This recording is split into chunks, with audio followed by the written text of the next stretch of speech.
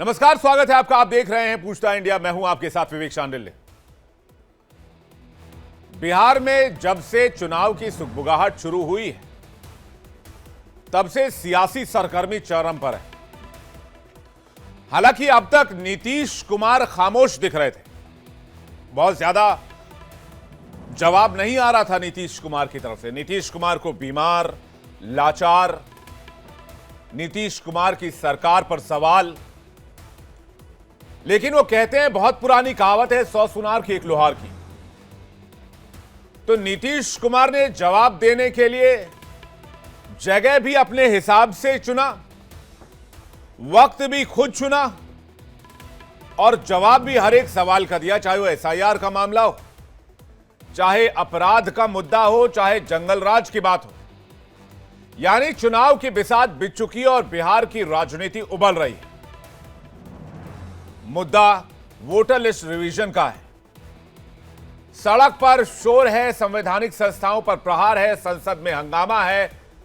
विपक्ष का वही सवाल है, हमसे वोट छीना जा रहा है लोगों से।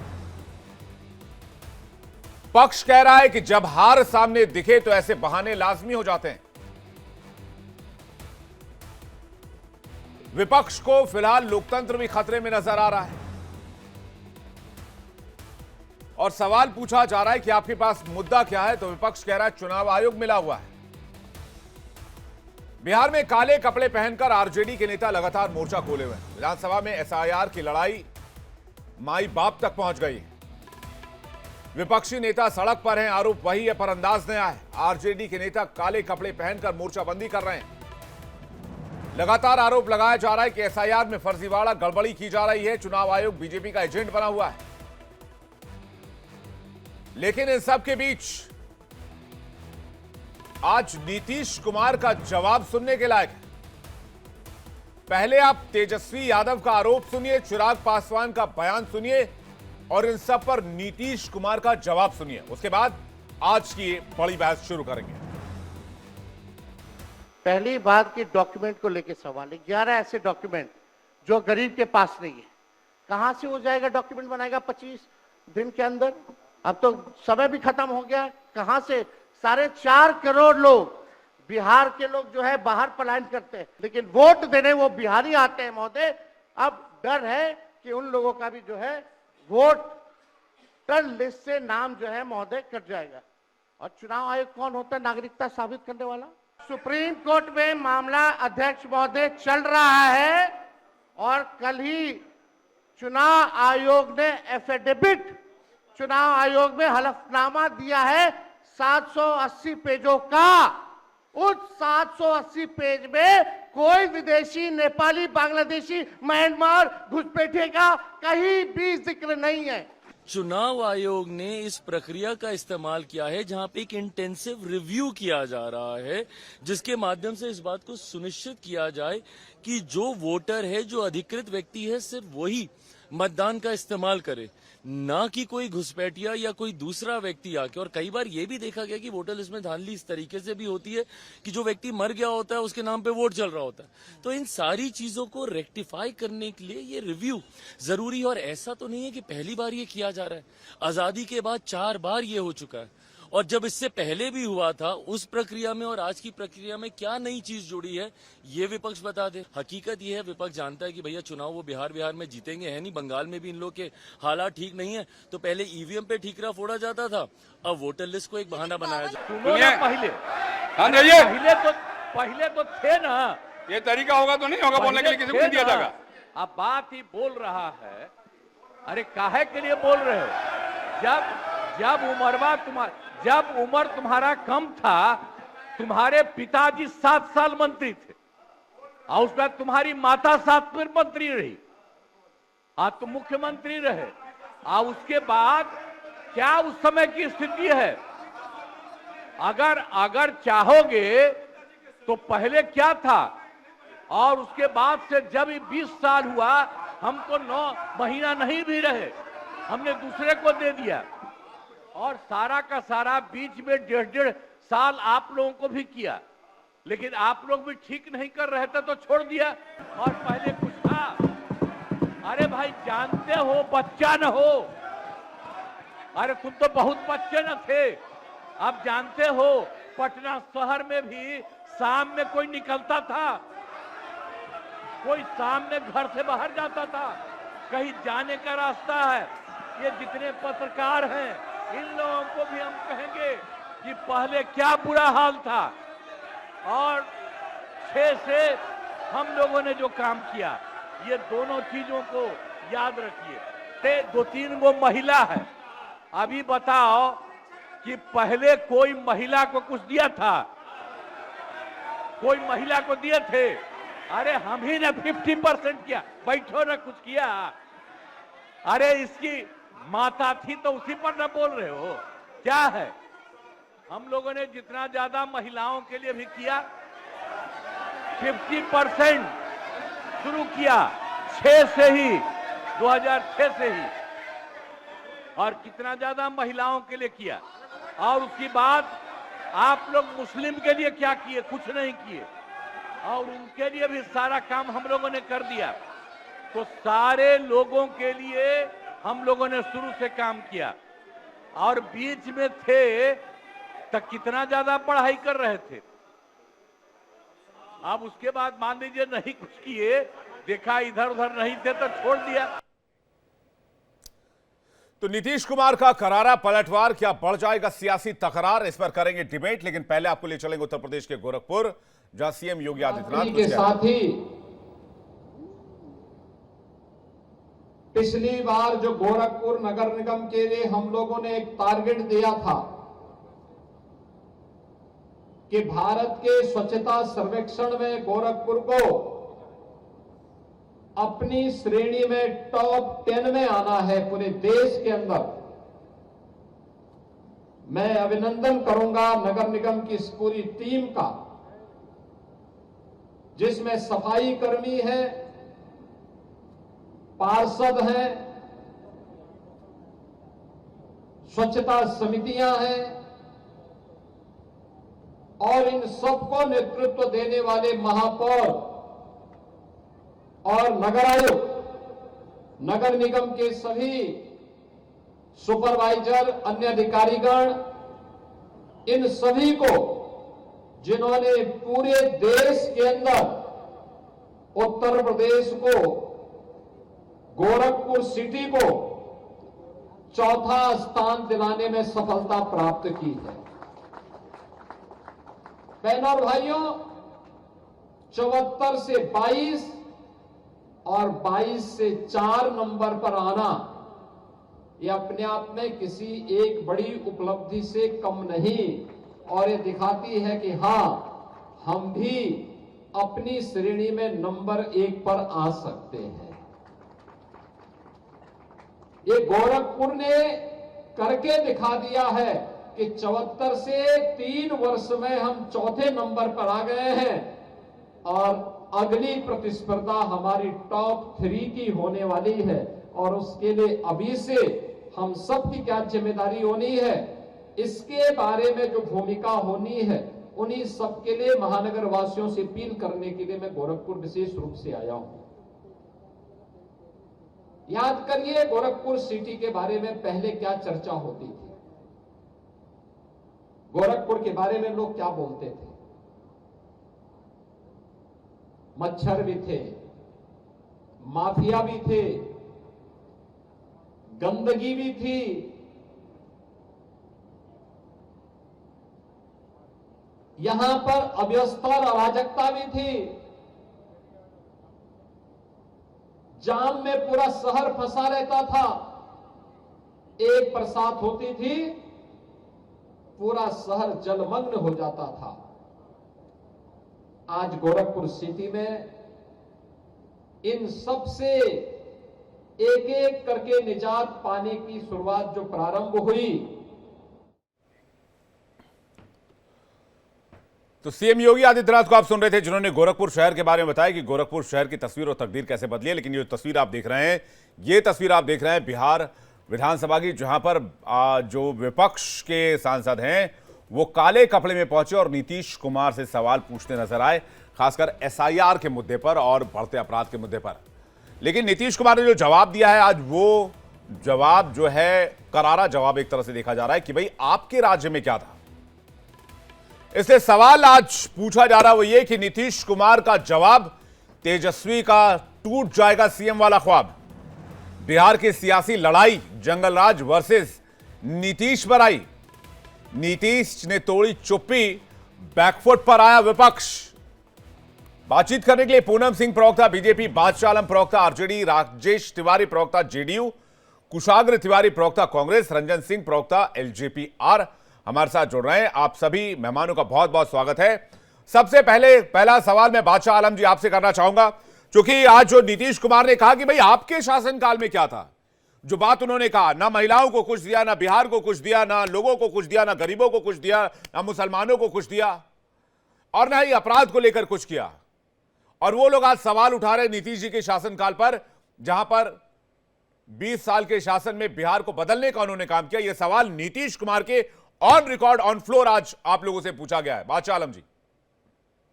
सर देखिए, नीतीश जी के जो है बॉडी लैंग्वेज से ये क्लियर दिख रहा था कि वो बिल्कुल किस तरह से बौखलाए हुए हैं। इस वक्त बिहार के अंदर जो एसआईआर का मुद्दा चल रहा है, उसके ऊपर तो एक शब्द उन्होंने नहीं कहा कि बिहार में क्या इस वक्त मचा हुआ है, त्राहिमाम मचा हुआ। पब्लिक इस मानसून सीजन में कितनी परेशान है, जो इलेक्शन कमीशन का जो प्रक्रिया चल रहा है एसआईआर को लेके, तो उससे कितनी परेशानी वहां की जनता झेल रही है, और आगे 2 दिनों में होने वाला क्या है ये भी वहां की जनता को पता नहीं है। तो जो रोजगार, महंगाई, पलायन, ये सब के मुद्दे तो चले गए पीछे। अब आज वक्त पूरा बिहार एसआईआर के ऊपर लगा हुआ है, और एसआईआर में जिस तरह से इलेक्शन कमीशन काम कर रहा है, जिस तरह से अपना वो इश्तेहार निकाल निकाल के अपना बता रहा है कि कौन सी सर्टिफिकेट देनी है, कब देनी है, नहीं देंगे तो नाम कट जाएगा। तो ये चीजें इस वक्त बिहार की जनता के बीच में है। इस पर उनको कुछ अपना वक्तव्य देना चाहिए था, तो उस पर तो उन्होंने कुछ दिया नहीं। वो जो है बिल्कुल जंगल राज के तरफ चले गए। भाई 20 साल से आप सुशासन में हैं, सुशासन चला रहे थे बिहार के अंदर, तो आप उसके मुद्दों पर इलेक्शन लड़ो ना। ये एसआईआर का जो मुद्दा है, इस पर आपने एक वर्ड नहीं बोला। इलेक्शन कमीशन किस तरह से वहां रिएक्ट कर रहा है, उस पर आपने कुछ नहीं बोला।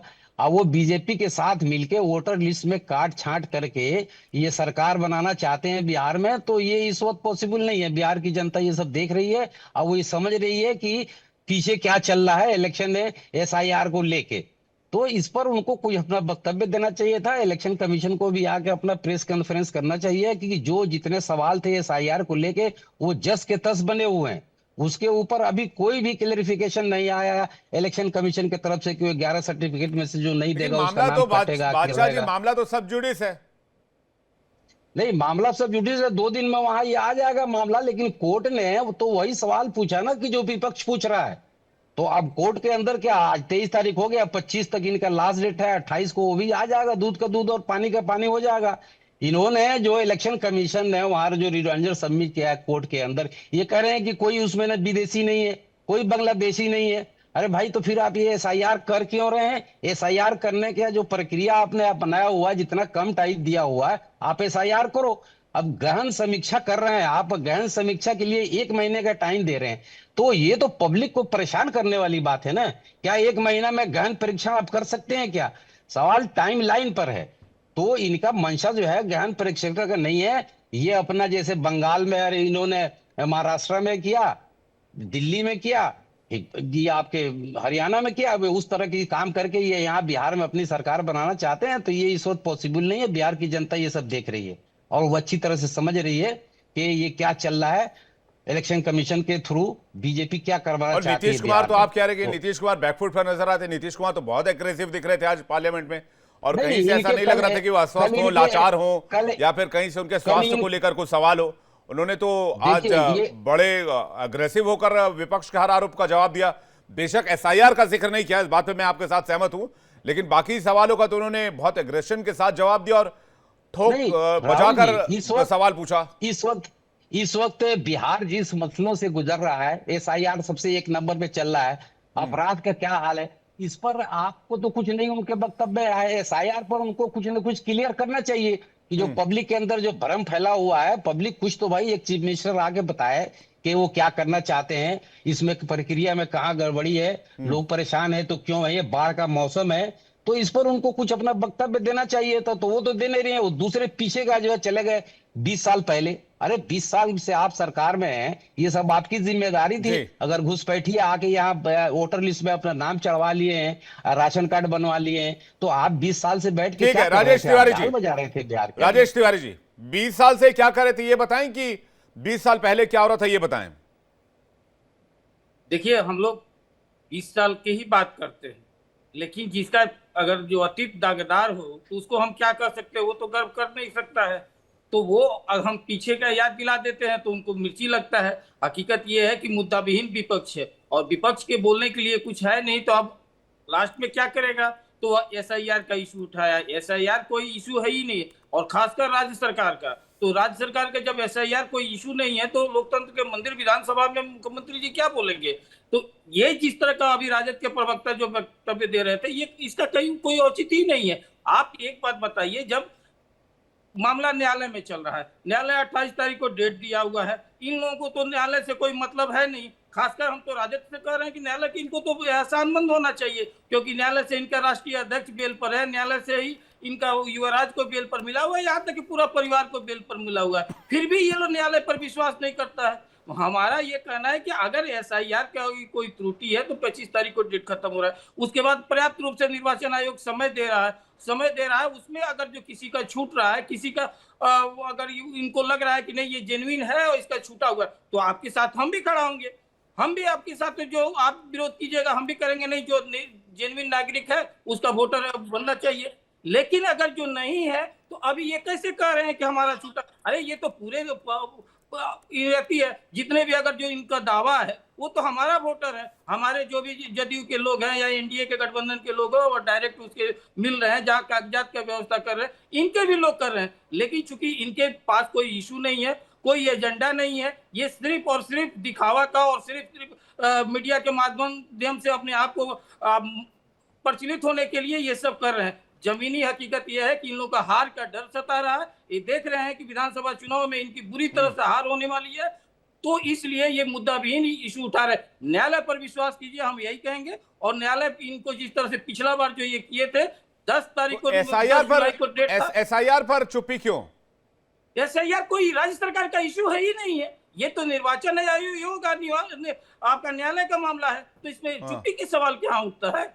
कौन इनके पास बताइए ना, 14 करोड़ का देश का जो 8 करोड़ आपका मतदाता है, कौन राजद के पास आए हुए हैं कि कहें कि नहीं हमारे साथ अन्याय हो रहा है, तेजस्वी जी आप आइए? ये तो अपने आप इन्वॉल्व हो रहे हैं। जब आपको लगे कि नहीं अब नागरिकता में किसी को छूट हो रहा है, निर्वाचन आयोग अन्याय कर रहा है, तब आप आवाज उठाइए। और आप 28 तारीख को याद कीजिए, कपिल सिब्बल और अभिषेक मनु सिंघवी जैसा देश के वरिष्ठ वकील को आप लोग हायर किए हुए हैं, उनको आप लोग पेश कर रहे हैं। उसके बाद भी आप लोग का इसके पहले ये एसआईआर पर इशू उठा चुका है लोग, और फिर भी ये चुप बैठे हुए, ये समझ में नहीं आ रहा है। ठीक है, मैं जल्दी से कांग्रेस के जो हमारे प्रवक्ता हैं उनके पास जाते हैं और उनसे सवाल लेते हैं कि भाई जब ये जो एसआईआर का मुद्दा है वो स्टेट गवर्नमेंट का है ही नहीं। कुशाग्र सक्सेना हमारे साथ जुड़े हुए हैं जो कि कांग्रेस के प्रवक्ता हैं। जब एसआईआर का मुद्दा स्टेट गवर्नमेंट का है ही नहीं, मामला सब जुडिस है, तो क्या फिर गुमराह करने की कोशिश की जा रही है एसआईआर के नाम पर लोगों को? मामला चुनाव आयोग का है, मामला अदालत में सब जुडिस है। जी, मैं आपके चैनल के माध्यम से एक बात कहना चाहूंगा कि अगर ये मामला राज्य सरकार का है ही नहीं, क्योंकि राज्य सरकार को अपने बिहार के लोगों की कोई चिंता है ही नहीं। ये अतीत की बात पता है क्यों करते हैं नीतीश जी? क्योंकि अतीत में ही रहना पसंद करते हैं। जिस तरह उनके सहयोगी दल भाजपा वाले भी अतीत में ही रहना पसंद करते हैं, तो जैसी संगत वैसी रंगत का ये असर है। एसआईआर का मुद्दा इसलिए जरूरी बनता है क्योंकि आज की डेट में बिहार के लोगों को मजबूर किया जा रहा है कि वो लाके अपनी नागरिकता का प्रमाण दें, हमें साबित करें कि आप बिहार का वोटर है। सुप्रीम कोर्ट का जजमेंट था और देश का संविधान यही बोलता है कि देश की सरकार को लोगों के पास जाना चाहिए। लोगों को सरकार के पास अपनी नागरिकता साबित करने के लिए नहीं आना चाहिए, या ये बताने के लिए नहीं आना चाहिए कि हम इस देश के वोटर हैं या हम इस राज्य के वोटर हैं। यहां तो गंगा ही उल्टी बह रही है। इन लोगों को जरा सी शर्म नहीं है। 20 साल में इन्होंने जब बिहार को कुशासन से प्रभावित किया है, जिस तरह बिहार हर मुद्दे पे त्रस्त है, चाहे वो क्राइम रेट हो, अभी हमने देखा किस तरह हॉस्पिटल में घुस के सरेआम एक बंदे को गोली मार दी जाती है, जिस तरह लाठीचार्ज स्टूडेंट्स पे किया जाता है, बेरोजगारी बढ़ रही है, युवा आए दिन माइग्रेट कर रहा है बिहार से। मेरे ख्याल से हमें बताने की जरूरत नहीं है, कश्मीर से कन्याकुमारी तक बिहार एक ऐसा राज्य है जिसके सब युवा और जहां के सारे लोग आपको कश्मीर से कन्याकुमारी तक मिलेंगे। क्यों? क्योंकि बिहार में कभी इन लोगों ने बिहार के लोगों के बारे में सोचा ही नहीं, कभी उनको अपॉर्चुनिटीज देने के बारे में सोचा ही नहीं। और अब जब 1 साल पहले ही अभी लोकसभा चुनाव हुआ है, वहां पर भी यानी इन्हें करना चाहिए उसका खंडन, वहां से क्यों नहीं जांच शुरू करी?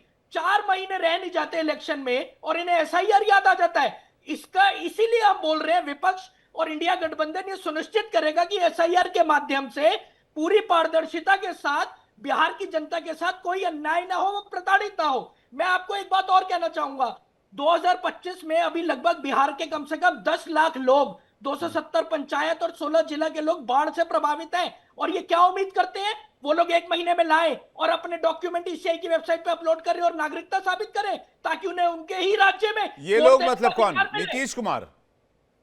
एसआईआर के माध्यम से जो केंद्र सरकार और ईसीआई और भाजपा गठबंधन का ये सबकी मिली भगत है। अब आप एक बात बताइए, ईसीआई से आप अगर ये बोलते हैं कि चुनाव आयोग से आप कोई वोटर लिस्ट मांगिए या वोटिंग का पूरी हिस्ट्री मांगिए, क्या वो 1 महीने में दे देंगे? महीनों लगा देते हैं। 45 दिन के अंदर वीडियो वोटिंग का वीडियो फिटर डिलीट करने का वो प्रावधान लेकर आते हैं, मगर यहां वो कहते हैं कि हम बिहार में 1 महीने के अंदर पूरी वोटिंग लिस्ट कंप्लीट कर देंगे। और जिस तरीके से, विवेक जी मुझे बताने की जरूरत नहीं है, इंडिपेंडेंट यूट्यूबर्स और आप ही के पत्रकार महोदय और पत्रकार साथियों ने जिस तरीके से इस पूरे फर्जीवाड़े का एक रूप उजागर किया है, जिस तरह देखा जा रहा है कि बीएलओ के कई अधिकारी, हमने भी वीडियो देखा, 40-40 रुपए की घूस ले रहे हैं और कह रहे हैं आपका काम हो जाएगा। और बीएलओ के जितने अधिकारी हैं मृत लोगों के फॉर्म पे साइन कर रहे हैं और ये बोल रहे हैं 98 से 99% ईसीआई ने जो है वो एक्सरसाइज कंप्लीट कर ली है। वहीं एडीआर की एक रिपोर्ट आती है जो ये बोलती है कि 41% काम हुआ है, जिसमें भी सिर्फ 36% लोगों के पास सिर्फ 1 फॉर्म पहुंचा है और 6% लोगों के पास। तो ये ठीक है, मैं आपकी बात से सहमत हूं। मैटर तो चुनाव आयोग का हुआ ना। मीडिया का उदाहरण मैं तो सरकार का राजेश तिवारी जी सुनने की हिम्मत रखिए, मैं आपके बीच में नहीं बोल रहा था। आप बीच में नहीं बोलेंगे, आपके जब आपकी बारी आएगी आप तब बोलेंगे। सुशासन की बात, आपके सुशासन की बात होती नहीं है। आपके मुख्यमंत्री ये बता नहीं पाते कि 20 साल में उन्होंने क्या काम किया है और आके आप यहाँ पे प्रवचन दे रहे हैं। आपसे बिहार से आपकी जाने की तैयारी पूरी है और भाजपा और जेडीयू का जो ठगबंधन है ना, अब इसकी विदाई बिहार की जनता ने तय कर ली है। और अब आप निश्चित करिए बिहार की जनता जेडीयू भाजपा के इस महागठबंधन को इतनी बुरी तरीके से निकालेगी कि आप देखते रह जाएंगे और इंडिया गठबंधन की जीत होने जा रही है। इसीलिए आप पीछे आ रहे हैं, इसीलिए आप पीछे आ रहे हैं और आप बीच में मत बोलिए। एक करके नहीं है या क्या बैठ जाते हो बिना पढ़ाई एक करके। जब विपक्ष इतना आश्वस्त है कि भाई जीत आपकी ही होने जा रही है, तो फिर परेशानी किस बात की है? और जैसा कि आपने एलिगेशन लगाया कि भाई इलेक्शन कमीशन के साथ स्टेट गवर्नमेंट और सेंट्रल गवर्नमेंट की मिली भगत है। मैं रंजन सिंह इस पर आपका जवाब चाहूंगा। रंजन सिंह जी, मैं एक सेकंड, कुशाक जी एक सेकंड, मैं एक रिएक्शन लूं रंजन जी का। और हमारे साथ पूनम जी भी जुड़ गई है, प्रवक्ता बीजेपी। रंजन जी पहले आप प्लीज। विवेक भाई नमस्कार। नमस्कार। बाकी सारे पैनलिस्ट को भी नमस्कार। देखिए, ये मामला जो एसआईआर पर जो चल रहा है, हाँ। इसमें इस मुख्य चुनाव आयोग की जो पहल है एसआईआर, उसमें मुख्य बातें यह है कि योग्य छूटे नहीं और अयोग्य जुटे नहीं। ये योग्य कौन हो सकता है?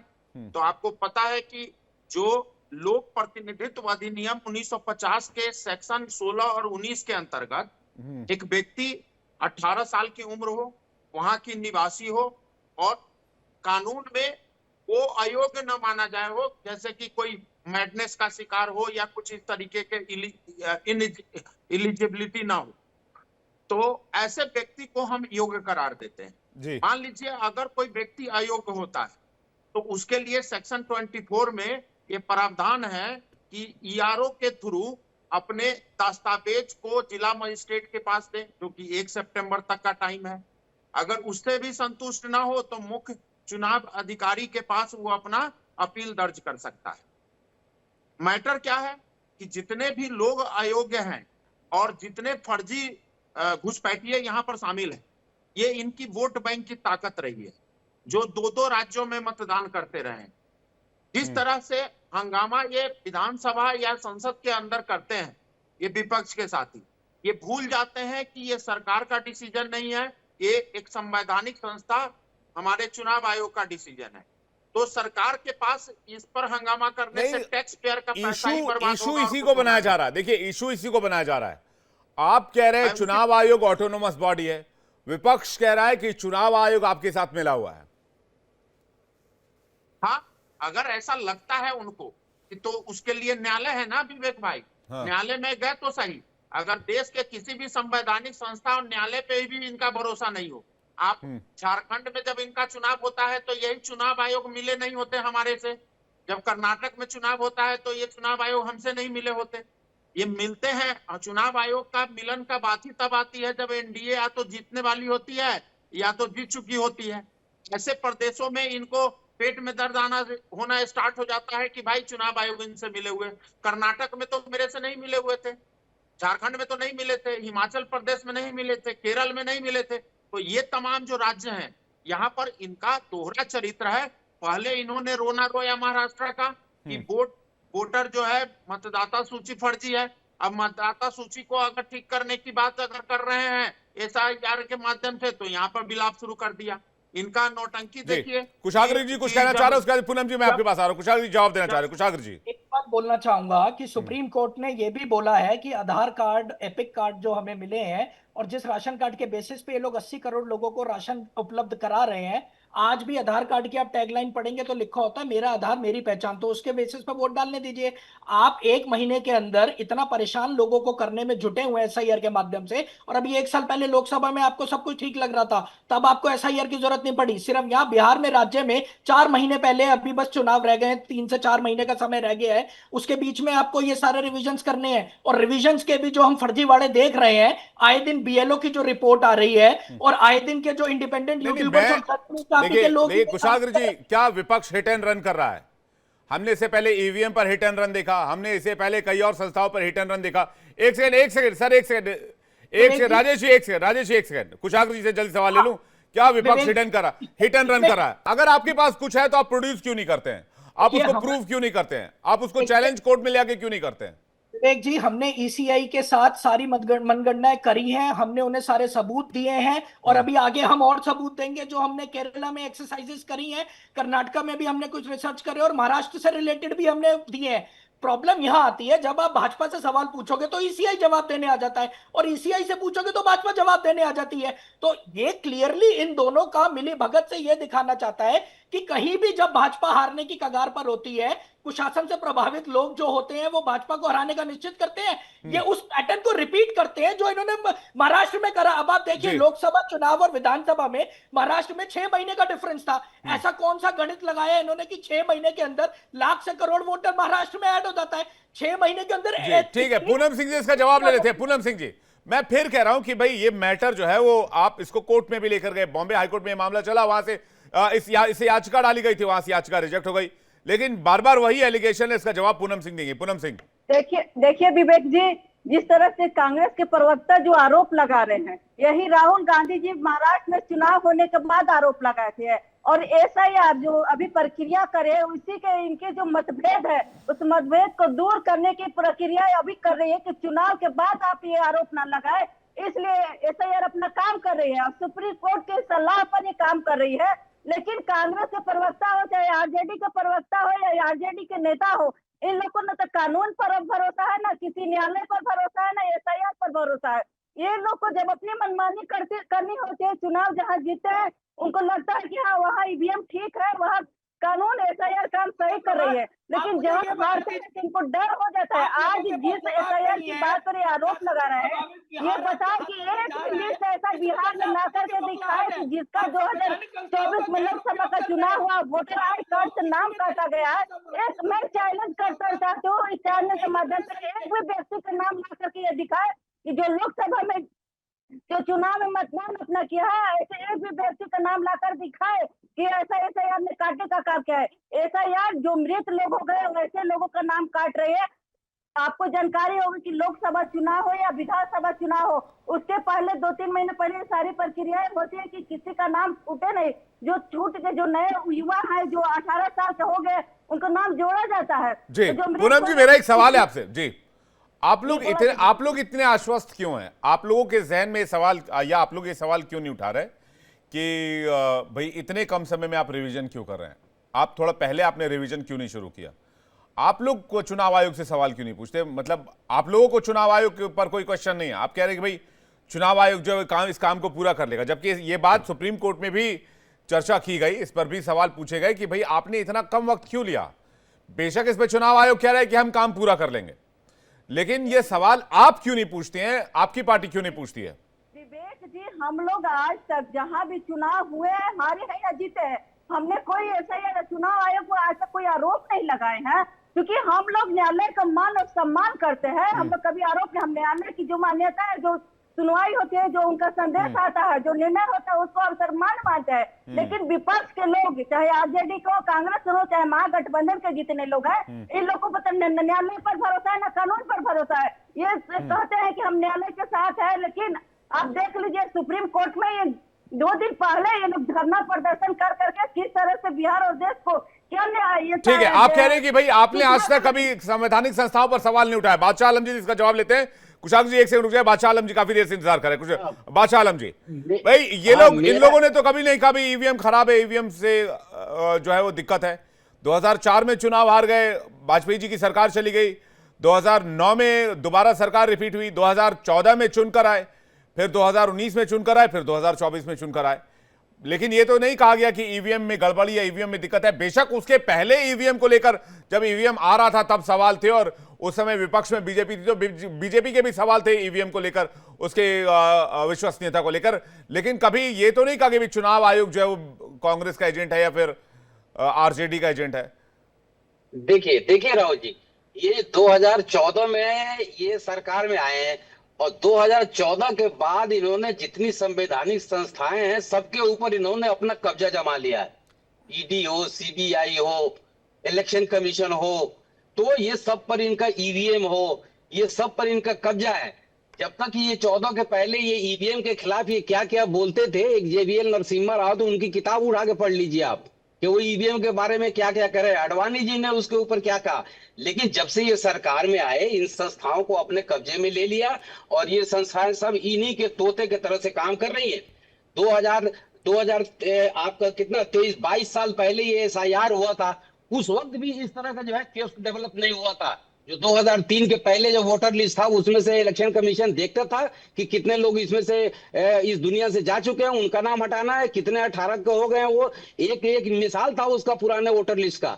इस वक्त ये 2025 में ये क्या कर रहे हैं कि एक सादे कागज पर फ्रेश वोटर लिस्ट बना रहे हैं, जिसका मतलब ये नागरिकता जानना चाह रहे हैं कि कौन यहाँ भारत का नागरिक है, कौन नहीं है। क्या ये चुनाव आयोग को ये अथॉरिटी है कि वो नागरिकता जांचे भारतवासियों की? ये उसके प्रव्यू में आता है क्या? ये तो कोर्ट ने क्लियर कह दिया कि भाई ये होम मिनिस्ट्री का काम है, आप ये क्यों कर रहे हैं?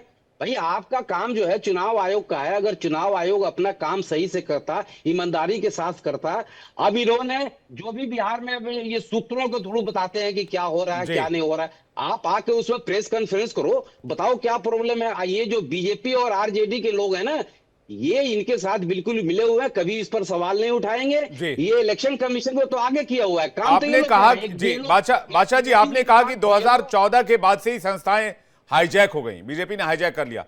आपको बिल्कुल हाईजैक हो गई है ये। आपके गठबंधन भारत देख रहा है ये। आरजेडी का जो गठबंधन था उसको 110 सीटें मिली। आपकी क्या सेटिंग थी चुनाव आयोग के साथ?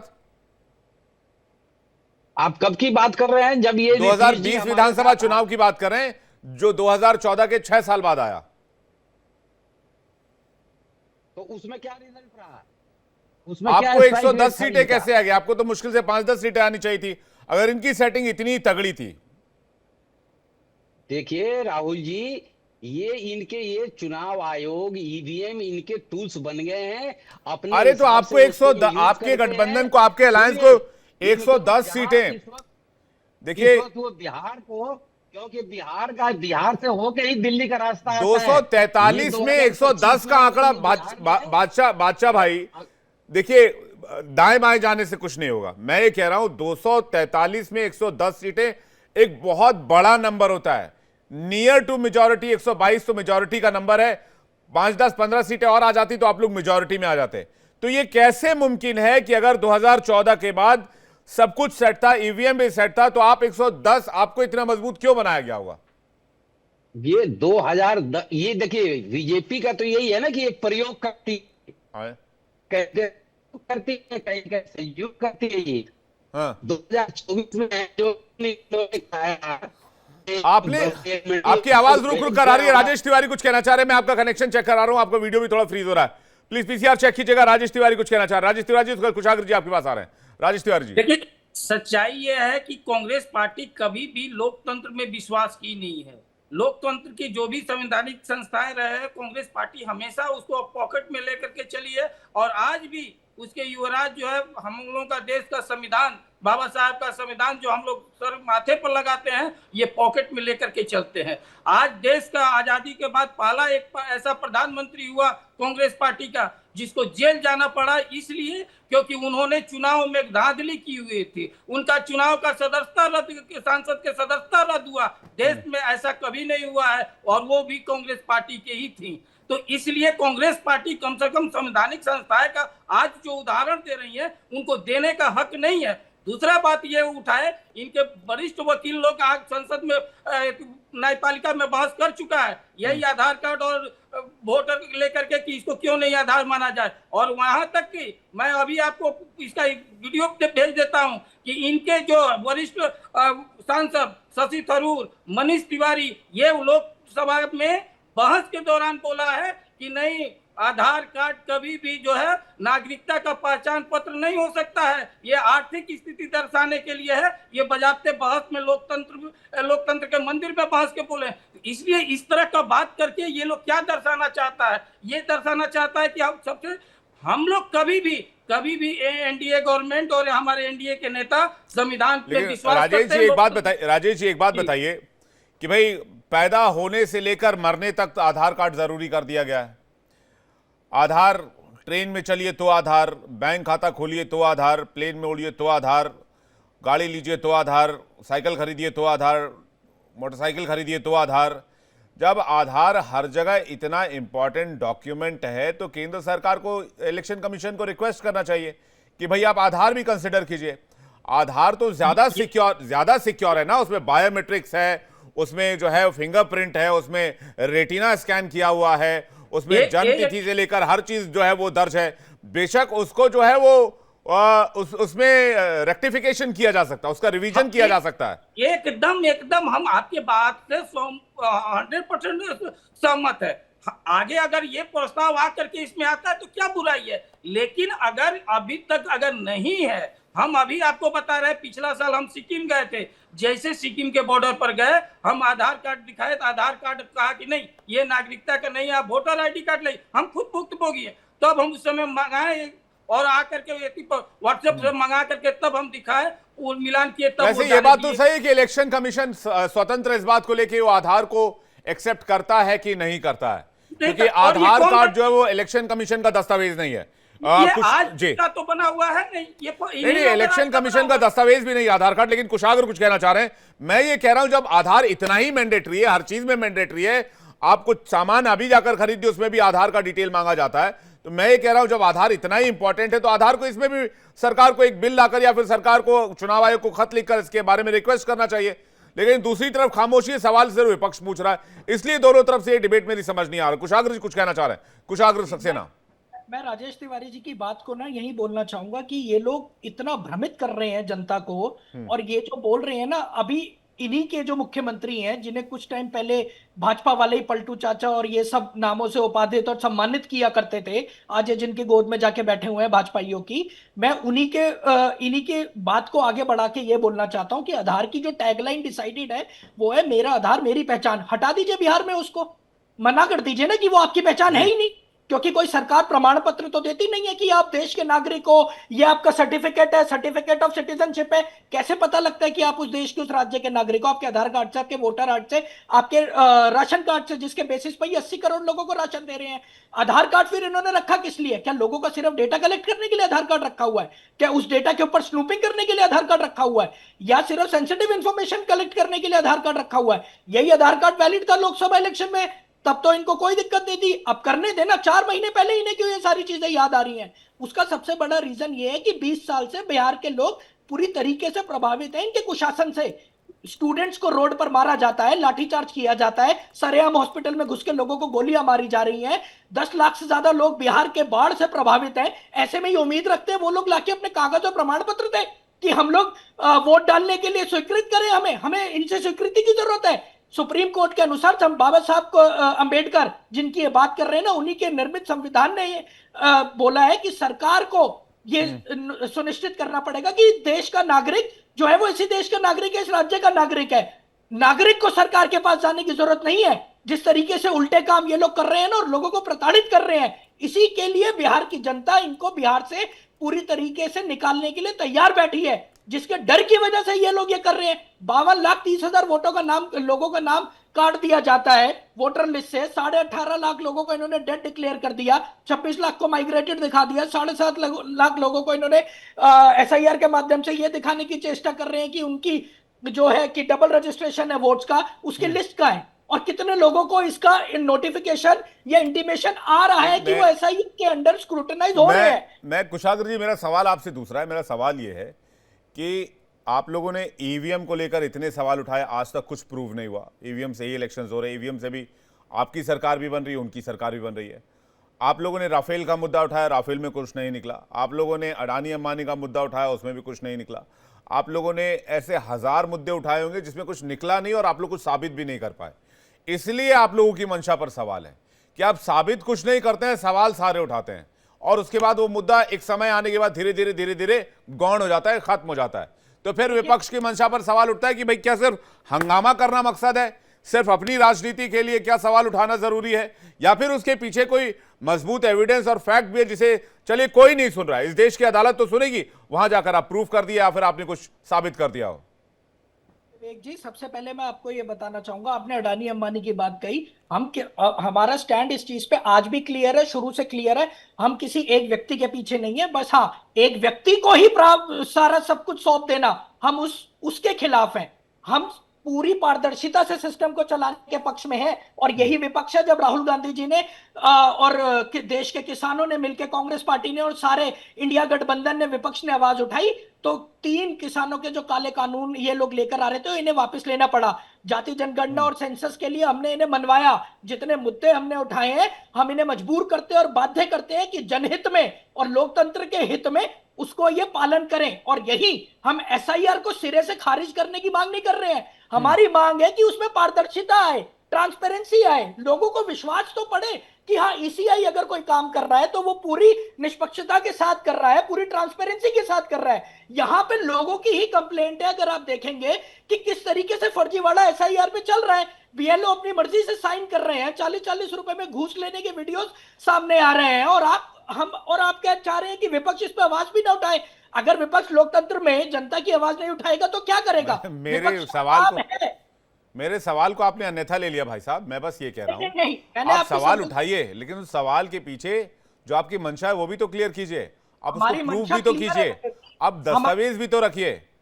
सिर्फ हवा में आरोप लगा देने से कैसे होगी राजनीति, कैसे चलेगी, ये मैं कह रहा हूँ बस। और मेरा कोई सवाल नहीं इसके पीछे। जी राजेश तिवारी जी, पहले तो आप बीच में मत बोलिए। आपने सांसद जी से जाके बात करी, गिरधारी लाल यादव जी से, जिन्होंने आज SIR के उसके पूरे SIR के प्रावधान पर जो बयान दिया है, वो जरा नाराज है, पार्टी छोड़ के ना चले जाए, उनसे बात कर लीजिएगा। आप ही की पार्टी में मतभेद हो रहे हैं SIR को लेके, यहाँ बैठ के मत बोलिए। अब मैं आपकी बात पर आता हूँ विवेक जी, जो आप कह रहे हैं मंशा की बात, जल्दी प्लीज जल्दी पूरा कीजिएगा।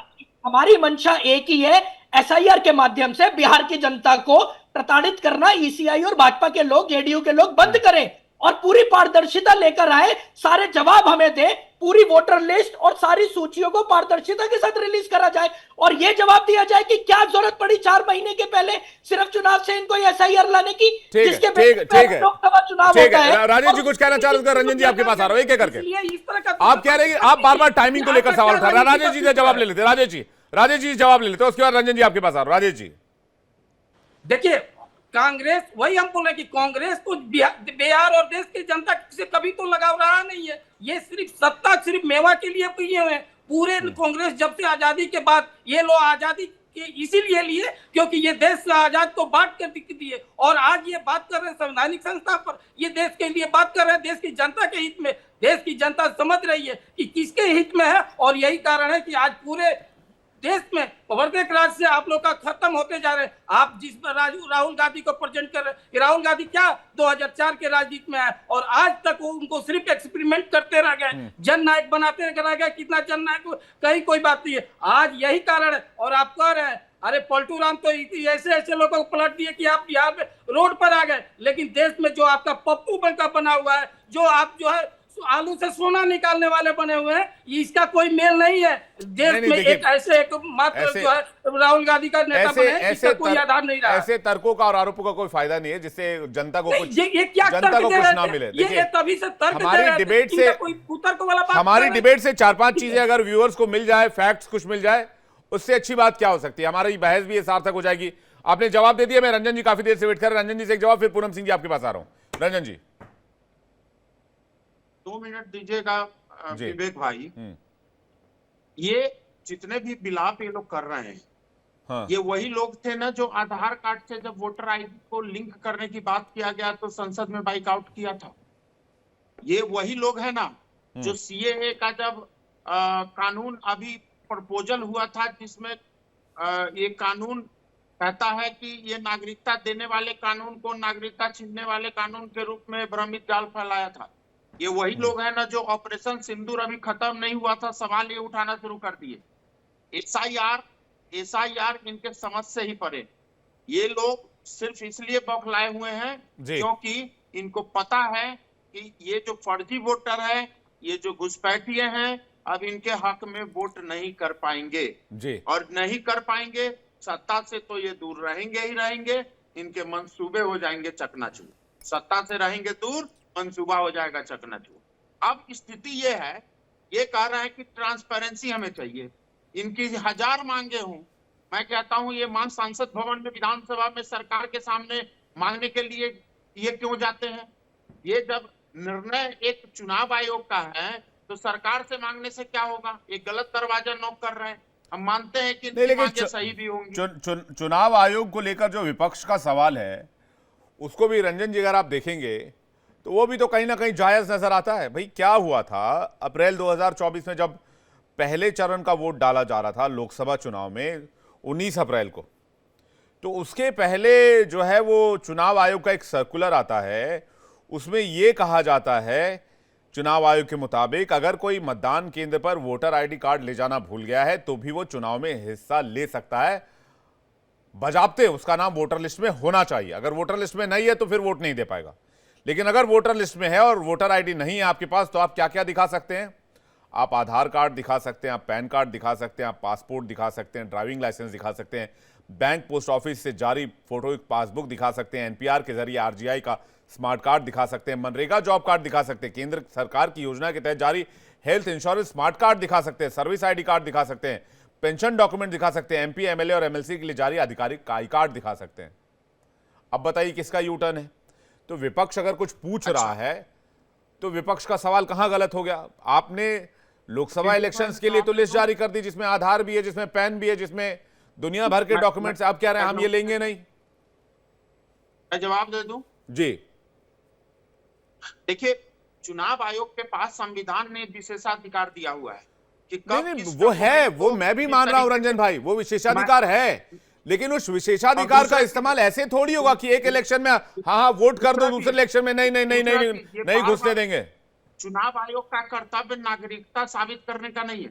पहले तो इनको मेरा सवाल ये नहीं है, देने का अधिकार, नागरिकता प्रूफ करने का अधिकार और रेसिडेंट होने का अधिकार, ये तीनों में फर्क है। इन तीनों में पहले बेसिक रूट का ज्ञान नहीं है इनको। ये नागरिकता से वोटर को जोड़ते हैं जी। अब वोटर को फिर रेसिडेंट से जोड़ देते हैं, तो इनको नहीं, मेरा सवाल ये नहीं है सर, मेरा सवाल ये है कि एक चुनाव के लिए सारे डॉक्यूमेंट्स वैलिड हैं और दूसरे चुनाव के लिए डॉक्यूमेंट्स इनवैलिड कैसे हो जाएंगे? वो भी साल भर के अंदर 24 में दूसरा खेल चल रहा था, 25 में अलग खेल शुरू हो जाएगा, ऐसा कैसे हो सकता है? मतदाता पुनर्निरीक्षण का जो कार्यक्रम जो किया हुआ है, जो इन्होंने चुनाव आयोग ने का जो विशेषाधिकार है वो अपना इस्तेमाल करके आखिर ठीक है, चुनाव आयोग विशेषाधिकार का इस्तेमाल कर रहा है। पूनम सिंह जी, ऐसा कैसे हो सकता है? एक चुनाव के लिए दस्तावेज वैलिड है और साल भर के अंदर ये दस्तावेज इनवैलिड हो जाए SIR के लिए? पूनम सिंह जी। विवेक जी, 11 जिसमें जो अभी जो प्रक्रिया चल रही है SIR का, तो उसमें 11 चीजों का उन्होंने नाम दिया है कि ये चीज आपके पास होगा तो आप जुड़ सकते हैं। अब बताइए कि क्या बिहार और भारत देश में लोग रह रहे हैं, उनके पास ऐसे कोई 11 चीज में से एक भी डॉक्यूमेंट नहीं है? ये कैसे असंभव हो सकता है कि जो बिहार होते पूनम जी, 2024 में बिहार में भी तो इलेक्शन हुआ था। बिहार के लोग ही आधार कार्ड दिखा के वोट डाल रहे थे 2024 के आम चुनाव में, पैन कार्ड दिखा के, पासपोर्ट दिखा के, ड्राइविंग लाइसेंस दिखा के। अब आप कह रहे हैं नहीं, वो 11 ही चाहिए। तो इसके रिवीजन के पीछे की वजह बता दे चुनाव आयोग। वो वजह भी अभी तक सामने नहीं है कि हमें यही दस्तावेज क्यों चाहिए। का मांग है, ये भारतीय जनता पार्टी या एनडीए के लोग तो मांग नहीं रहे हैं और ना कर रहे हैं। ये तो चुनाव आयोग अपना जो प्रक्रिया है वो अपना निर्णय सुना रही है, ना कोई एनडीए के लोग कर रहे हैं, ना भारतीय जनता पार्टी के लोग कर रहे हैं। बिल्कुल, आपकी बात से मैं सहमत हूं कि चुनाव आयोग अपना डिसीजन लेने के लिए सहमत है, लेकिन वो चुनाव आयोग साल भर में कैसे बदल जा रहा है? या फिर चुनाव आयोग इसके पीछे की दलील बता दे कि भाई आप लोकसभा चुनाव में आधार कार्ड, पैन कार्ड अगर वोटर लिस्ट में नाम है तो आप वोट दे दीजिए। ये लोग सुप्रीम कोर्ट गए थे, विपक्ष ये लोग SIR के खिलाफ सुप्रीम कोर्ट गए थे। सुप्रीम कोर्ट ने 28 तारीख को डेट दिया है, तो ये लोग को तो विश्वास ही नहीं ना है। ये लोग को ना कानून पर विश्वास है, ना न्यायालय पर विश्वास है, तो अब हम लोग क्या कर सकते हैं? आज देख लीजिए, सदन में ब्लैक कपड़ा पहन करके सदन की ये लोग कितनी गरिमा का सम्मान कर रहे हैं। क्या देश और दुनिया के लोग नहीं देख रहे हैं? पब्लिक भी देख रही है कि आपको जिस मुद्दे को उठाकर सदन में चर्चा होनी चाहिए उस चीज को आप लेकर रख नहीं रहे। जो चर्चा का विषय ही सदन में नहीं है, आप उस चीज को सदन में उठा रहे हैं। पब्लिक का पैसा कितना आप लोग खर्च होता है एक सदन चलता है तो, लेकिन ये लोगों को इस चीज पर ध्यान ही नहीं है। ये लोगों को सिर्फ राजनीतिक रोटियां देखनी है, ये लोगों को डर हो गया है। एक सेकंड, बादशाह आलम कुछ कहना चाह रहे हैं, उसके बाद मैं आ रहा हूं आपके पास। बादशाह आलम जी। मैं देखिए, ये सारा भ्रम जो है ना, ये चुनाव आयोग ने ही फैला रखा है बिहार के अंदर। 24 जून से लेके आज तक तो जो सवाल विपक्ष के हैं, जो सवाल विपक्ष पूछ रहा है, तो उसका आप एक प्रेस कॉन्फ्रेंस करो, उसको क्लियर करो ना। आप मांगे और वहां सुप्रीम कोर्ट के जो है जस्टिस धुलिया कह रहे हैं कि ये 11 में से मेरे से ही मांगोगे तो मेरे पास नहीं है ये डॉक्यूमेंट। ये तो कोर्ट कह रहे हैं ना, जो विपक्ष कह रहा है। तो ये उसका जवाब देने के बजाय के सवाल ये इलेक्शन कमीशन को प्रोटेक्ट करना शुरू कर देते हैं। तो इनका जो प्रोटेक्शन के इलेक्शन कमीशन का, इसलिए और शक गहरा रहा है बिहार के लोगों का भी और विपक्ष के पार्टियों का भी। उसके बाद इन्होंने दूसरा सर्कुलर दे दिया कि भाई बिना फोटो के, बिना किसी सर्टिफिकेट के आप फॉर्म जमा करो। और इनका डेटा आता रहा कि आज 11% बढ़ गया। ये करते करते 90% को ये जो है टच कर गए हैं। और वीडियो जो है सोशल मीडिया पर आ रहे हैं, कैसे BLO फॉर्म भर रहे हैं, किसका साइन कौन कर रहा है। तो ये सब चीजें जो है, अगर भ्रम की स्थिति फैली हुई है बिहार के अंदर, तो इसको कौन क्लियर करेगा? इसको कौन क्लियर करेगा? ठीक है, रंजन जी इस पे जवाब, फिर कुशाग्र जी आपके पास आ रहा हूं। रंजन जी, जिम्मेदारी किसकी है इसको क्लियर करने की? जी सर, बताया जाए क्या करें? अगर कंफ्यूजन का माहौल है, कौन क्लियर करेगा इसको? तो कंफ्यूजन तो मुझे लगता है चुनाव आयोग ही क्लियर करेंगे, लेकिन मुझे लगता है बहुत अर्ली इनको कंफ्यूजन है अभी। फिर चुनाव आयोग के लिए क्या बैटिंग होनी चाहिए? फिर चुनाव आयोग को जो सवाल है उनके सामने चुनाव आयोग को जवाब देना चाहिए।